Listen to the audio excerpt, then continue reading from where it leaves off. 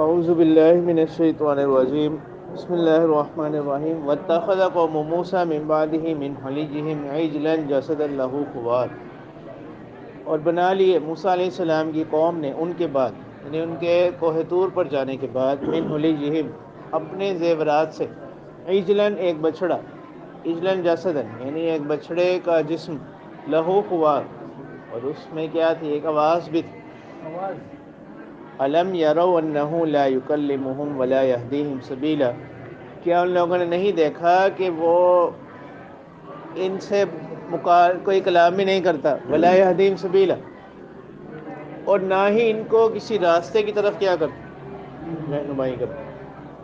اتخذوہ وکانوا ظالمین، انہوں نے اس کو معبود بنا لیا اور وہ تھے ظلم کرنے والے لوگ۔ ولما سقط فی ایدیہم،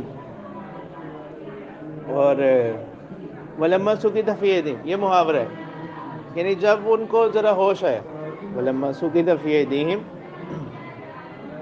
جب وہ پہلے غفلت میں تھے نا، جب کچھ ان کو شرمندگی ہوئی، تو اس مفہوم کو بیان کرنے کے لیے محاورہ ہے۔ ولما سقط فی ایدیہم یعنی جب وہ اپنی غفلت پر ان کو ذرا تنبیہ ہوئی، وَرَأَوْا أَنَّهُمْ قَدْ ضَلُّوا اور انہوں نے خیال کیا، انہوں نے دیکھا کہ وہ کیا ہو چکے ہیں، گمراہ ہو گئے۔ قَالُوا لَئِن لَّمْ يَرْحَمْنَا رَبُّنَا وَيَغْفِرْ لَنَا لَنَكُونَنَّ مِنَ الْخَاسِرِينَ، انہوں نے کہا کہ اگر ہمارے پروردگار نے ہم پر رحم نہ کیا اور ہمیں معاف نہ کیا تو ہم خسارہ والوں میں سے، نقصان اٹھانے والوں میں ہوں گے۔ وَلَمَّا رَجَعَ مُوسَىٰ إِلَىٰ قَوْمِهِ غَضْبَانَ آسِفًا،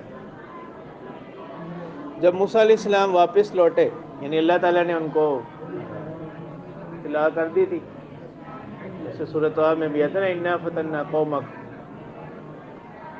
تو وہ جب لوٹے واپس غضبان آصف یعنی ناراض ہو کر، افسوس کے ساتھ، غصے میں، قَالَ بِئْسَ مَا خَلَفْتُمُونِی مِن بَعْدِی، تو انہوں نے ہارون علیہ السلام کو، چونکہ وہ اپنے پیچھے خلیفہ بنا کر گئے تھے، نائب بنا کر گئے تھے، کہ بِئْسَ مَا خَلَفْتُمُونِی مِن بَعْدِی، یعنی تم لوگوں نے میرے بعد میری جانشینی کی برے طریقے کے ساتھ، بِئْسَ مَا خَلَفْتُمُونِی مِن بَعْدِی، تم لوگوں نے میری جانشینی کی، میری نیابت کی میرے بعد برے طریقے کے ساتھ۔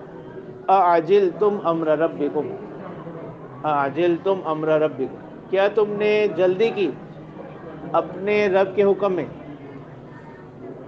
فَأَلْقَى الْأَلْوَاحَ، اور جو ان کے پاس تختیاں تھیں نا تورات، ان کو انہوں نے ایک طرف ڈال دیا۔ وَأَلْقَى الْأَلْوَاحَ، ان کو انہوں نے ایک طرف ڈالا۔ وَأَخَذَ بِرَأْسِ أَخِيهِ يَجُرُّهُ إِلَيْهِ، اور پکڑا اپنے بھائی کو سر سے، يَجُرُّهُ إِلَيْهِ اپنی طرف کھینچتے ہوئے۔ قَالَ ابْنَ أُمَّ إِنَّ الْقَوْمَ اسْتَضْعَفُونِي وَكَادُوا يَقْتُلُونَنِي، تو انہوں نے کہا کہ اے ماں جائے، ابن امہ یعنی اے میری ماں کے بیٹے، ان القوم استضعفونی وکادوا یقتلوننی، اب ہارون علیہ السلام کا جواب ہے نا کہ میری قوم نے مجھے کیا بنا دیا، استضعفونی، انہوں نے مجھے کمزور کیا، وکادوا یقتلوننی، اور قریب تھا کہ وہ لوگ مجھے کیا کر دیتے، قتل کر دیتے۔ فلا تشمت بی الاعداء، تو لہٰذا اب آپ بھی مجھ پر غصہ ہو کر، فلا تشمت بی الاعداء، دشمن کو مجھ پر ہنسنے کا موقع نہ دیں، شماتت سے ہے نا، فلا تشمت بی الاعداء یعنی میرے متعلق دشمن کو کیا نہ کریں، خوش نہ کریں۔ جیسے حدیث مبارکہ میں بھی آتا ہے نا کہ لا تظہر الشماتۃ لاخیک، اپنے کسی بھائی کی مصیبت پر خوشی کا اظہار نہ کرو۔ فیرحم اللہ ویبتلیک، اللہ تعالیٰ اس پر تو رحم کر دیں گے اور تمہیں اس میں کیا کر دیں گے، مبتلا کر دیں گے۔ اور یہی گناہ ہے، جیسے بعض اقوال بھی ہیں کہ اگر کوئی کسی کو کسی گناہ پر آڑ دلاتا ہے، جس نے اس سے توبہ کر لی، تو اس شخص کو اس وقت تک موت نہیں آئے گی جب تک کہ وہ اس گناہ میں کیا نہ ہو، مبتلا نہ ہو۔ اس کی اتنی سخت وعید ہے۔ اگر کسی شخص نے کسی گناہ سے توبہ کر لی اور اب کوئی دوسرا اس کو اس گناہ پر آڑ نہ دلائے، یعنی اس گناہ کی وجہ سے اس کو تانے نہ دے، ٹھیک ہے، تو وگرنہ اللہ تعالیٰ اس کو موت اس حال میں دیں گے کہ وہ بھی اسی گناہ میں کیا ہو، مبتلا ہو۔ تو اتنی سخت وعید ہے اس والے۔ وَلَا تَجْعَلْنِی مَعَ الْقَوْمِ الظَّالِمِینَ، اور مجھے مت بنائے ظلم کرنے والے لوگوں کے ساتھ، مشرکین لوگوں کے ساتھ. قال رب اغفر لی ولی اخی وادخلنا فی رحمتک. تو موسیٰ علیہ السلام نے فرمایا کہ اے پروردگار میری مغفرت فرما دیجیے، ولی اخی اور میرے بھائی کی، وادخلنا فی رحمتک اور ہمیں داخل کیجیے اپنی رحمت میں، وانت ارحم الراحمین اور آپ بہترین رحم کرنے والے. تو اس رکوع میں جو قصہ بیان ہوا تو ہوا یہ کہ جس وقت بنی اسرائیل نے حضرت موسیٰ علیہ السلام سے درخواست کی فرعون کے غرق ہو جانے کے بعد، انہوں نے کہا کہ ہمارے لیے نا اب کوئی مستقل کوئی قانون شریعت ہونا چاہیے. موسیٰ علیہ السلام کو اللہ تعالیٰ کی طرف سے تورات عطا کی جانی تھی، تو اسی تورات کی ادائیگی کے لیے، تورات عطا کرنے کے لیے اللہ تعالیٰ نے ان کو کوہ طور پر بلوایا. تو اب یہ اسی دوران یہ واقعہ پیش آیا جو اس رکوع میں بیان کیا گیا. اس کا قصہ یہ ہوا کہ بنی اسرائیل نے مصر سے نکلتے وقت قبطیوں سے نا کچھ زیورات عاریتاً لیے استعمال کے لیے،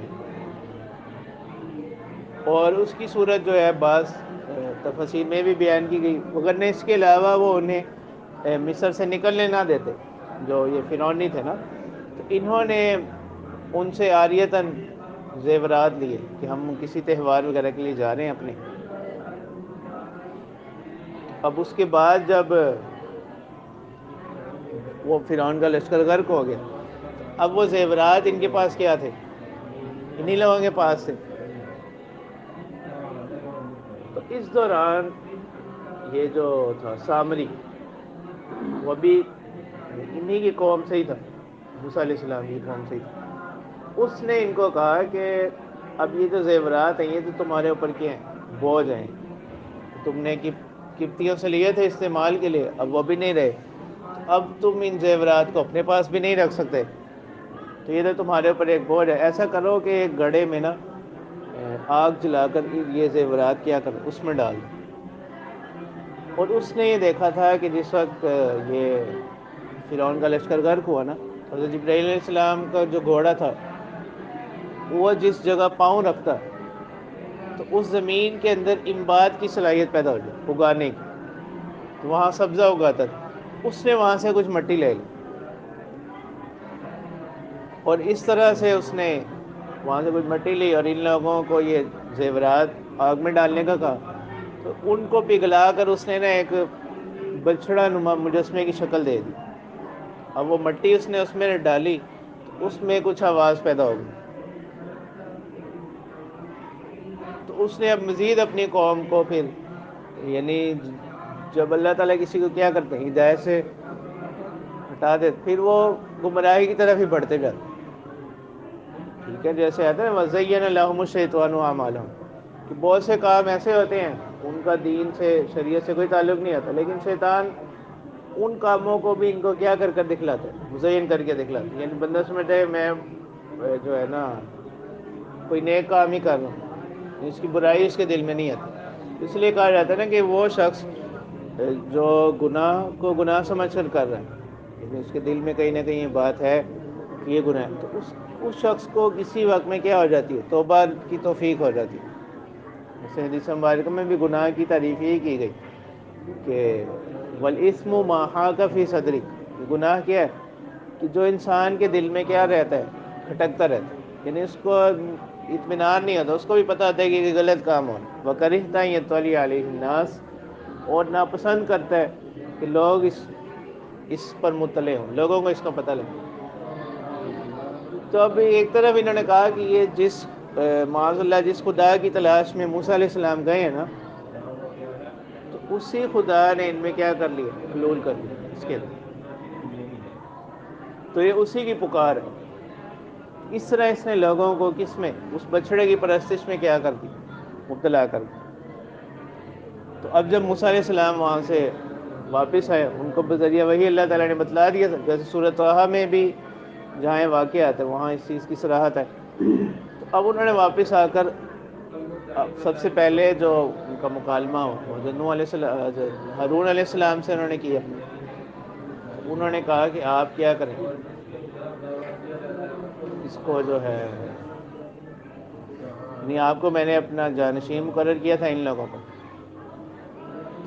پھر انہوں نے بتلایا کہ مجھے تو اس طرح ان لوگوں نے بالکل مجبور کر دیا تھا۔ پھر آگے چل کر انہوں نے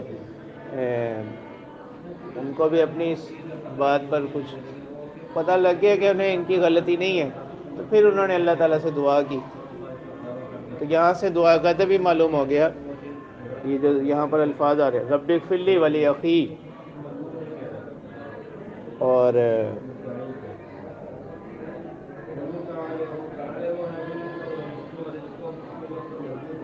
تو دعا کا ایک ادب یہاں پر یہ معلوم ہوا کہ اگر کوئی بھی انسان دعا کرے تو اس میں اپنے آپ کے لیے بھی دعا کرے، دوسروں کے لیے بھی دعا کرے۔ جیسے حدیث مبارکہ میں آتا نا کہ ان اسرع الدعاء اجابۃ دعوۃ غائب لغائب، کہ زیادہ قبول ہونے، جلدی قبول آنے والی دعا وہ ہوتی ہے جو غائب کے لیے کیا کرے، دعا کرے، یعنی ایک شخص کسی دوسرے کے لیے۔ تو یہاں پر دعا کا ایک ادب یہ بھی بیان ہو گیا، اس سے معلوم ہو گیا رب اغفر لی، اپنے آپ کو بھی انسان دعا سے کیا نہ سمجھے، مستغنی نہ سمجھے، کیونکہ بندہ یہ ہر وقت کیا ہے، محتاج۔ تو یہ کیا ہے، اپنے آپ کو بھی دعا میں شامل کرنا، یہ کیا ہے، سنت انبیاء۔ اور دوسرا جو یہاں پر ظاہری الفاظ وَأَلْقَى الْأَلْوَاحَ، القا یلقی، القان کے لفظی معنی کیا ہوتے ہیں، ڈال دینا، کسی چیز کو ایک طرف پرے کر دینا۔ تو یہاں پر یہ ہوا کہ جس وقت موسیٰ علیہ السلام وہاں سے واپس آئے نا، تو انہوں نے جب قوم کی حالت دیکھی تو اس وقت اس کیفیت میں انہوں نے جلدی میں جو تورات کی تختیاں تھیں ان کو ایک طرف رکھا، تو بظاہر دیکھنے میں یوں محسوس ہوا کہ انہوں نے ان کو کیا کر دیا، ایک طرف پھینک دیا، پھینکا نہیں ہے حقیقت میں۔ اور یہ چیز موسیٰ علیہ السلام سے متصور بھی نہیں، یعنی کسی نبی سے یہ بعید کہ وہ ایسا نہیں کر سکتے کہ وہ شریعت کے احکام کو، جو قانون شریعت، اس کو ایک طرف کیا کر دیں، پھینک دیں۔ تو جلدی میں انہوں نے اس کو ایک طرف رکھا۔ تو اس جلدی میں رکھنے کو کس سے تعبیر کیا ہے، وَأَلْقَى الْأَلْوَاحَ۔ تو اس رکوع میں یہ قصہ بیان کیا جا رہا ہے۔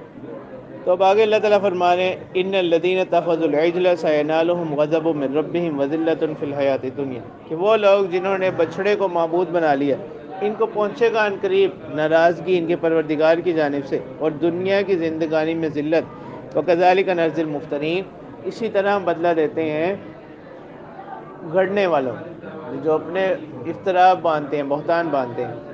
والذین عملوا السیئات، اور وہ لوگ جنہوں نے برے اعمال کیے، ثم تابوا من بعدها وآمنوا، پھر اس کے بعد انہوں نے کیا کر لی، رجوع کر لیا، وآمنوا، اور ایمان لیا۔ ان ربک من بعدها لغفور الرحیم، بے شک آپ کا پروردگار اس کے بعد کیا کرنے والا، بخشنے والا، مہربان۔ یعنی تو اس میں ضابطہ بیان ہو گیا کہ اگر کسی سے کوئی غلطی ہو جائے، کوئی گناہ ہو جائے، تو وہ کیا کرے، توبہ کرے، تو اللہ تعالیٰ اس کی توبہ کو قبول فرما۔ وَلَمَّا سَكَتَ عَن مُوسَى الْغَضَبُ أَخَذَ الْأَلْوَاحَ، یہاں بھی تو یعنی جب غصہ ان سے دور ہو گیا، جب ان کا غصہ کم ہوا، أَخَذَ الْأَلْوَاحَ، تو انہوں نے وہ تختیاں لیں، وَفِي نُسْخَتِهَا هُدًى وَرَحْمَةٌ لِّلَّذِينَ هُمْ لِرَبِّهِمْ يَرْهَبُونَ۔ تو اللہ تعالیٰ فرما رہے ہیں کہ یہ تورات کی وہ جو تختیاں تھیں، اس کے نسخے میں کیا تحریر تھی، وفی نسختها، اس کی تحریر میں ہدن، ہدایت، ورحمۃ للذین، اور رحمت ان لوگوں کے لیے، ہم لربہم یرہبون، تو جار مجرور مقدم ہے، جو اپنے پروردگار ہی سے ڈرنے والے لوگ، ان لوگوں کے لیے کیا رحمت ہے جو صرف کس سے ڈرنے والے ہوں، اللہ ہی سے۔ واختار موسیٰ قومہ 70 رجلا لمیقاتنا، تو اب یہاں سے یہ میقات، اس کا نام رکھا جاتا ہے میقات توبہ۔ میقات توبہ کا مطلب یہ ہے کہ اب جو لوگ بچھڑے کی پرستی میں مبتلا ہو گئے، ٹھیک ہے، اب اس کی توبہ کے لیے ایک صورت یہ مقرر کی گئی کہ موسیٰ علیہ السلام نے کہا کہ اپنے میں سے نہ کچھ لوگ منتخب کر، جن کو لے کر میں اللہ تعالیٰ کے پاس جاتا ہوں اور وہاں ہم کیا کریں گے؟ اپنے اس فعل کی، یہ جو قوم سے غلطی ہے اس پر وہ کیا کریں گے؟ توبہ کا، ندامت کا اظہار کریں گے۔ تو یہ 70 لوگ منتخب کیے گئے، ان کو لے کر موسیٰ علیہ السلام اپنے ساتھ چلے گئے، اور وہاں پر، اور بعض روایات میں یہ بھی آتا ہے کہ جب موسیٰ علیہ السلام تو رات لے کر آئے نا، تو انہوں نے کہا کہ ہمیں کیا پتہ کہ یہ اللہ تعالیٰ کی طرف سے ہی ہیں یا آپ نے خود اپنے پاس سے لے ہیں۔ تو اس کی تصدیق کے لیے موسیٰ علیہ السلام نے 70 لوگوں کا ایک وفد جو ہے نا، 70 لوگ منتخب کیے اور ان کو اپنے ساتھ لے گئے۔ تو اب ان لوگوں نے آ کر کہا کہ اللہ تعالیٰ نے یہ احکامات دیے ہیں، اور ایک روایت تو یہ، لیکن ساتھ اللہ تعالیٰ نے اس میں اختیار بھی دیا کہ یہ کام کرو یا نہ کرو، یعنی اپنے پاس سے نا۔ اور ایک روایت میں آتا ہے کہ ان لوگوں نے پھر آ کر یہی کہا کہ ہمیں کیا معلوم، یعنی انہوں نے وہاں پر موسیٰ علیہ السلام سے یہ کہا کہ ہمیں کیا معلوم کہ یہ آواز جو ہے، کیونکہ رویت تو ممکن نہیں ہے دنیا میں، تو آواز ہی تھی، اور کلام کے ذریعے ان سے مکالمہ ہوا۔ تو انہوں نے کہا کہ ہمیں کیا معلوم کہ یہ آواز کس کی تھی، تو یعنی یہ انتہائی درجہ گستاخی تھی۔ پھر اللہ تعالیٰ نے ان پر کیا کر، وہاں پر ان پر ایک چیخ آئی، جس سے تمام لوگ، یہ جو 70 لوگ تھے، یہ کیا ہو گئے؟ مر گئے، وفات پا گئے۔ پھر موسیٰ علیہ السلام نے جب یہ دیکھا تو انہوں نے پھر اللہ تعالیٰ کے حضور درخواست کی کہ اگر اس طرح میں واپس گیا تو لوگ تو کیا کریں گے؟ مجھے نہیں چھوڑیں گے، تو مجھے ملامت کریں گے، وہ کہیں گے کہ موسیٰ علیہ السلام یہاں سے اپنے ساتھ لوگوں کو منتخب کر کے بھی لے گئے اور انہوں نے وہاں ان کو کیا کر دیا؟ مروا دیا۔ تو پھر ان کی دعا سے اللہ تعالیٰ نے دوبارہ ان لوگوں کو کیا کیا؟ زندہ کیا۔ جیسے سورہ بقرہ میں بھی آتا ہے ثم بعثناکم من بعد موتکم، یعنی بنی اسرائیل پر جو اللہ تعالیٰ کی نعمات ہے ان میں ایک یہ بھی ہے ثم بعثناکم من بعد موتکم، پھر ہم نے تمہیں دوبارہ اٹھایا تمہاری موت کے بعد، لعلکم تشکرون، تاکہ تم کیا کر، شکر کرو۔ تب اسی چیز کو بیان کر رہے ہیں، اللہ تعالیٰ فرما رہے ہیں وَاخْتَارَ مُوسَىٰ قَوْمَهُ 70 رَجُلًا لِمِيقَاتِنَا، اور موسیٰ علیہ السلام نے منتخب کیے اپنی قوم سے 70 لوگ ہمارے مقررہ جگہ، ہماری میعاد پر۔ فَلَمَّا أَخَذَتْهُمُ الرَّجْفَةُ، جب ان کو پکڑا ایک زلزلہ نے، تو یہ ان پر دونوں طرح کی عذاب آئی۔ قال رب لو شئت اہلکتہم من قبل وإیایا، تو موسیٰ علیہ السلام نے کہا کہ اے پروردگار اگر آپ چاہیں وہ آپ ان لوگوں کو ہلاک کر دیں اس سے پہلے، وإیایا، اور مجھے بھی، اتہلکنا بما فعل السفہاء منا، کیا آپ ہمیں ہلاک کریں گے اس کام پر جو ہم میں سے بے وقوفوں نے کیا؟ اتہلکنا بما فعل السفہاء منا، کہ آپ صرف ہمیں اس لیے سزا دیتے ہیں کہ ہم میں اس کام کی وجہ سے جو ہم میں سے بے وقوفوں نے کیا۔ ان ہی الا فتنتک، یہ تو صرف کیا آپ کی طرف سے آزمائش ہے، آپ کی آزمائش ہے، تضل بہا من تشاء وتہدی من تشاء، آپ کیا کرتے ہیں اس آزمائش کے ذریعے سے بہت سے لوگوں کو راہ سے، تضل بہا من تشاء، ہٹا دیتے ہیں، وتہدی من تشاء، اور بہت سے لوگوں کی رہنمائی کرتے ہیں۔ انت ولینا، آپ ہی ہمارے کارساز ہیں، کاموں کو بنانے والے ہیں، مددگار ہیں۔ فاغفر لنا وارحمنا، ہمیں بخش دیجئے، ورحمنا، اور ہم پر رحم کیجئے، وانت خیر الغافرین، اور آپ بہترین مغفرت فرمانے والے ہیں۔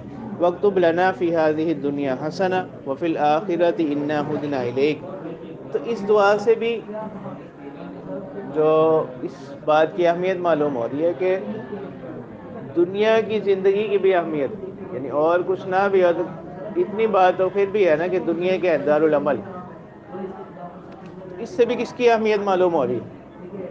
دارالامتحان یا دارالعمل ہے، تو یعنی دنیا کی زندگی کو بھی بہتر بنانا شریعت کی حدود کے اندر رہتے ہوئے، یہ بھی ایک حد تک کیا ہے، مطلوب ہے،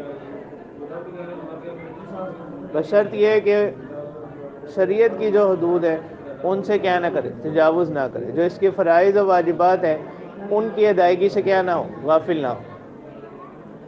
وَاكْتُبْ لَنَا فِي هَذِهِ الدُّنْيَا حَسَنَةً، اور لکھ دیجئے ہمارے لیے اس دنیا میں بھی بھلائی، وفی الآخرتی، اور آخرت میں بھی، انا ہدنا الیک، بے شک ہم آپ ہی کی طرف کیا کرتے ہیں، رہنمائی طلب کرتے ہیں. قال عذابی اصیب به من اشاء، تو اللہ تعالیٰ فرماتے ہیں کہ میرا عذاب اصیب به من اشاء، وہ پہنچتا ہے جس کو میں چاہتا ہوں. ورحمتی وسعت کل شیء، یعنی میری رحمت تو، میرا عذاب تو صرف اسی کو پہنچتا ہے جس کو میں چاہتا ہوں، اور میری رحمت وہ وسیع ہے ہر چیز پر. یعنی میری رحمت عذاب سے کیا ہے، عام ہے. فَسَأَكْتُبُهَا لِلَّذِينَ يَتَّقُونَ وَيُؤْتُونَ الزَّكَاةَ وَالَّذِينَ هُمْ بِآيَاتِنَا يُؤْمِنُونَ. تو اللہ تعالیٰ فرما رہے ہیں میری ایک تو عام رحمت ہے نا جو سب لوگوں کو حاصل ہے، مومن کو بھی اور کافر کو بھی، اور میری جو رحمت خاصہ ہے، ایک خاص رحمت ہے جو اللہ تعالیٰ کی معیت ہے، اللہ تعالیٰ کا ساتھ ہے، نصرت ہے، وہ کن لوگوں کو حاصل ہے، اس کی 3 شرائط یہاں بیان کی جا رہی ہیں. فَسَأَكْتُبُهَا لِلَّذِينَ يَتَّقُونَ وَيُؤْتُونَ الزَّكَاةَ وَالَّذِينَ هُمْ بِآيَاتِنَا يُؤْمِنُونَ، میں اس کو مقرر کر دیتا ہوں ان لوگوں کے لیے جو ڈرنے والے ہوں. پہلی صفت ان کی. وَيُؤْتُونَ الزَّكَاةَ، اور دوسری صفت ان کی یہ ہے کہ وہ زکوٰۃ ادا کرتے ہیں. ادائیگی زکوٰۃ سے مراد بدنی عبادت. وَالَّذِينَ هُمْ بِآيَاتِنَا يُؤْمِنُونَ، اور اس کے ساتھ ساتھ وہ لوگ جو ہماری آیات پر کیا رکھنے والے، ایمان رکھنے. 3 نشانیاں ان کی بیان کی کہ رحمت خاصہ کے مستحق یہ لوگ ہیں. الذين يتبعون الرسول النبي الأمي الذي يجدونه مكتوبا عندهم في التوراة والإنجيل. تو اللہ تعالیٰ فرما رہے ہیں کہ اب اس رسول کے آنے کے بعد رحمت خاصہ کے مستحق لوگ کون ہیں، یعنی یہ تو 3 شرائط ان کی بیان ہوگی نا. اب اس کے مستحق لوگ کون ہیں؟ الذين يتبعون الرسول النبي الأمي الذي، کہ جو ان 3 صفات کے ساتھ ساتھ اتباع کرتے ہیں، پیروی کرتے ہیں، کس کی؟ اس رسول کی جو کہ نبی بھی ہیں. الامی، امی ہیں. امی کا معنی یہ ہے کہ امی کہتے ہیں کہ جنہوں نے دنیا میں کسی ذریعے سے براہ راست کیا نہیں حاصل کی، تعلیم حاصل نہیں کی. تو آپ صلی اللہ علیہ وسلم نے بھی اپنی 40 سالہ زندگی انہی لوگوں کے سامنے گزاری، اور ظاہری طور پر آپ صلی اللہ علیہ وسلم نے کسی سے تعلیم حاصل نہیں کی. اس کے باوجود آپ صلی اللہ علیہ وسلم کی زبان مبارک سے اللہ تعالیٰ نے ایسے ایسے علوم جاری فرمائے جو مخلوق میں اور کسی کو حاصل نہیں ہوئے. تو یہ دلیل ہے اس بات کی کہ یہ سارے علوم، یہ جو سارے فیضان ہیں، یہ آپ کو کہاں سے حاصل ہوئے؟ وحی سے. تو یعنی گویا کہ امی ہونا یہ آپ صلی اللہ علیہ وسلم کے حق میں کیا ہو گیا؟ ایک خصوصیت ہو گئی، ایک رحمت ہو گئی. الذی یجدونہ، کہ وہ رسول جس کو یہ پاتے ہیں مکتوبا عندہم فی التوراۃ والانجیل، یعنی اپنے پاس لکھا ہوا تورات میں اور انجیل. یعنی اس رسول کی علامات، اس رسول کا تذکرہ، اس رسول کی نشانیاں تورات اور انجیل میں بھی کیا ہیں؟ موجود. یعنی اگر اتنا بھی ہوتا کہ قرآن مجید اس چیز کو بتلا رہے پھر بھی کافی، بلکہ تو اس کے ساتھ ساتھ مزید یہ ہوا ہے کہ تورات اور انجیل باوجود بہت سی تحریفات کے بھی ان میں ابھی بھی ایسی نشانیاں موجود ہیں آپ صلی اللہ علیہ وسلم کی ذات کے حوالے سے. اور بہت سے لوگ جو اس دور میں بھی مسلمان ہوئے انہی نشانیوں کو دیکھ کر، جیسے عبداللہ بن سلام رضی اللہ تعالیٰ عنہ، ٹھیک ہے. بہت سے صحابہ کے اس طرح کے واقعات ہیں کہ وہ اہل کتاب میں سے انہی نشانیوں کو دیکھ کر آپ صلی اللہ علیہ وسلم پر کیا لے کر آئے؟ ایمان لے کر آئے. بلکہ ان نشانیوں کو دیکھنے کے بعد ان کو پرکھ کر کیا لے کر آئے؟ ایمان لے کر آئے. جیسے ایک ان کا واقعہ بھی آتا ہے نا، ایک صحابی جو پہلے بہت بڑے یہودی عالم تھے، زید بن شانہ غالباً کا نام ذکر کیا جاتا، تو وہ فرماتے ہیں کہ میں نے آپ صلی اللہ علیہ وسلم کی جتنی بھی نشانیاں پڑھ رکھی تھیں وہ میں نے آپ کی ذات میں پائی. البتہ 2 باتیں ایسی رہ گئی تھیں کہ جن کی مجھے تلاش تھی. تو ان 2 باتوں کی تلاش کے لیے میں آیا. ایک تو یہ بات کہ آپ صلی اللہ علیہ وسلم کا جو حلم ہے نا، بردباری، برداشت، یہ آپ کے غصے پر غالب ہے۔ اور دوسری میں نے یہ نشانی آپ کی جو رہ گئی تھی، جس کی ابھی مجھے تحقیق تھی، میں کوئی موقع ایسا دیکھ رہا تھا، اور دوسری نشانی یہ تھی کہ آپ کے ساتھ جتنا بھی نفرت والا رویہ رکھا جائے، جتنا بھی سخت رویہ رکھا جائے، تو آپ صلی اللہ علیہ وسلم کا جو تحمل اور برداشت ہے یہ اتنا ہی بڑھتا رہتا۔ پھر وہ کہتے ہیں کہ ایک واقعہ ہوا جس میں دونوں نشانیوں کا بھی میں نے کیا کر لیا، امتحان کر لیا، پھر وہ کیا لیا، ایمان لیا۔ تو واقعہ آتا ہے کہ کوئی ضرورت مند آپ صلی اللہ علیہ وسلم کے پاس آئے تو انہوں نے اس کی ضرورت پوری کر دی، اور ایک وقت آپ صلی اللہ علیہ وسلم نے ان کے ساتھ طے کر لیا کہ اس وقت پر جو ہے نا میں آپ کو کیا کروں، یہ اس کی ادائیگی کر دوں۔ تو وہ کہتے ہیں کہ اس وقت سے کچھ دن پہلے ہی میں آپ صلی اللہ علیہ وسلم کی خدمت میں حاضر ہوا، اور میں نے جو ہے نا بہت زیادہ آپ صلی اللہ علیہ وسلم کے ساتھ نامناسب رویہ رکھا، میں نے سختی شروع کر دی۔ میں نے کہا کہ آپ لوگ ہیں ہی ایسے ہیں، عرب لوگ جو ہیں لوگوں کے مال کھا لیتے ہیں، یہ کر لیتے ہیں۔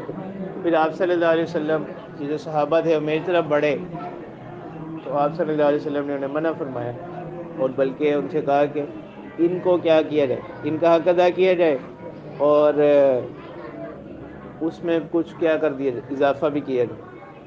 پھر انہوں نے حضرت عمر رضی اللہ تعالیٰ عنہ سے انہوں نے پوچھا، ان کے ساتھ بھیجا، انہوں نے پوچھا کہ کیا آپ مجھے جانتے ہیں کہ میں کون ہوں؟ انہوں نے کہا کہ نہیں۔ انہوں نے کہا کہ میں زید ہوں۔ انہوں نے کہا زید وہی جو یہود کے بڑے علماء میں سے ہیں؟ انہوں نے کہا ہاں جی۔ پھر انہوں نے کہا کہ کیا آپ کو معلوم نہیں ہے کہ یہ اللہ کے نبی ہیں؟ پھر آپ نے ان کے ساتھ ایسا رویہ رکھا۔ تو پھر انہوں نے فرمایا کہ میں گواہی دیتا ہوں اس کی اللہ کے رسول ہیں۔ پھر وہ ایمان لے آئے۔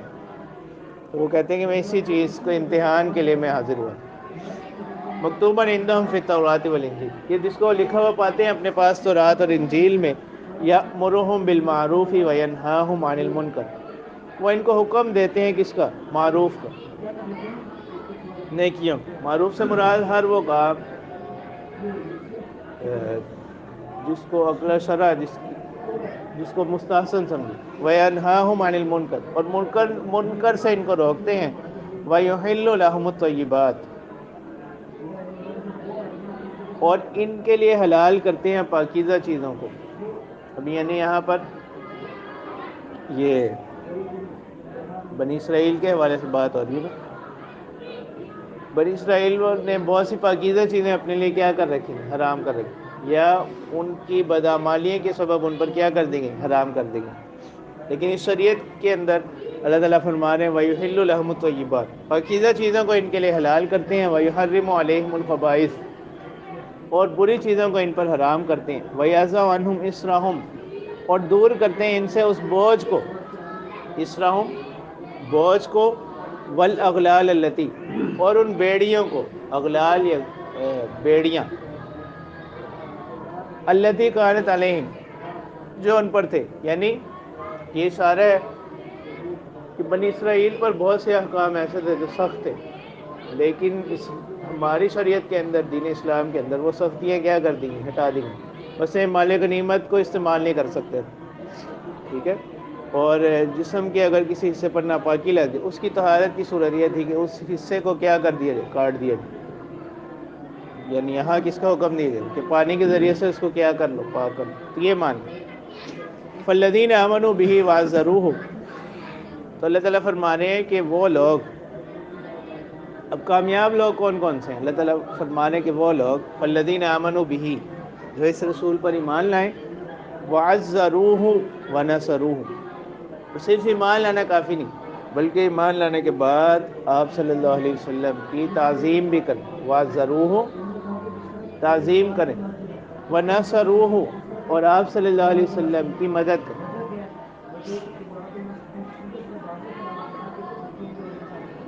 وَاتَّبَعُوا النُّورَ الَّذِي أُنزِلَ مَعَهُ، اور اس نور کی بھی اتباع کریں جو ان کے ساتھ اتارا گیا۔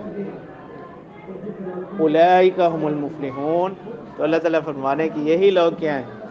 کامیاب لوگ، یعنی جو نہ صرف آپ صلی اللہ علیہ وسلم پر ایمان لاتے ہیں، بلکہ آپ صلی اللہ علیہ وسلم کے ساتھ تعظیم والا اور محبت والا کیا رکھیں، رویہ رکھیں. آپ صلی اللہ علیہ وسلم کی تعظیم اور محبت باقی تمام چیزوں سے بڑھ کر کرتے ہیں. حدیث مبارکہ میں بھی آتا ہے نا، ایمان کی علامت کس کو قرار دیے گئے؟ لا یؤمن احدکم حتی اکون احب الیہ من والدہ وولدہ والناس اجمعین، کہ آپ صلی اللہ علیہ وسلم نے فرمایا کہ کوئی بھی شخص اس وقت تک تم میں سے مومن نہیں ہو سکتا جب تک کہ میں اس کے لیے اس کے والدین، اولاد اور تمام لوگوں سے کیا نہ ہو جاؤں، محبوب نہ ہو. ٹھیک ہے. اور یہ دوسرا یہاں پر کہا گیا وَاتَّبَعُوا النُّورَ الَّذِي أُنزِلَ مَعَهُ. تو حدیث مبارکہ میں بھی اسی طرح اشارہ ہے کہ جب اللہ کے رسول صلی اللہ علیہ وسلم نے فرمایا کہ لا یؤمن احدکم حتی یکون ہواہ تبعا لما جئت بہ، کہ کوئی بھی شخص اس وقت تک مومن نہیں ہو سکتا جب تک کہ اس کی خواہشات اس شریعت کے مطابق نہ ہو جائے جس کو میں لے کر آؤں. تو یہی مطلب ہے وَاتَّبَعُوا النُّورَ الَّذِي أُنزِلَ مَعَهُ.